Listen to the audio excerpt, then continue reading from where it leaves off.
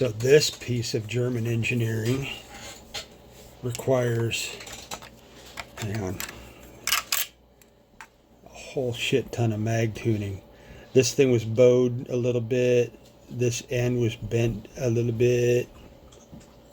It might have worked, but also it requires special training on learning how to load it, because you can see this shiny piece of metal here that they added it. It's screwed in there.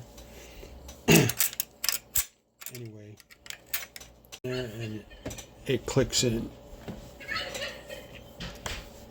But this is where it gets kind of funny, because I couldn't figure out how to load a shell in here, how to get it to stay, or how to get it to feed right, or anything.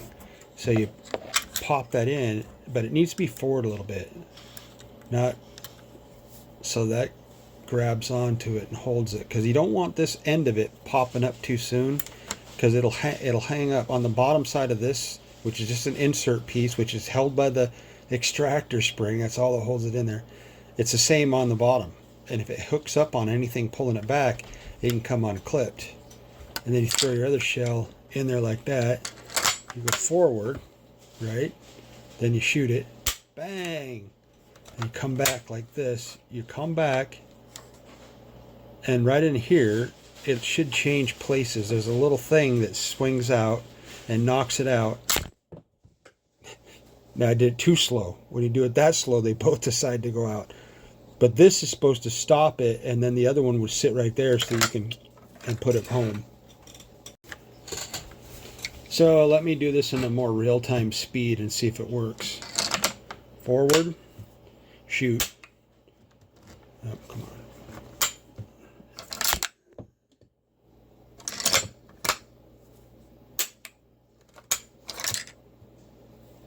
Ba-ding! So I got it working again. It's a little extra kick out lever they added. They added that piece, added a special follower, this deflector. They hog out, even though it's still got these lugs right here, that's all machined out in here for this head. And yeah, this safety lug, that's still all, that's what's locking it in. Anyway, I loaded up some black powder shells for it. I think it'll work.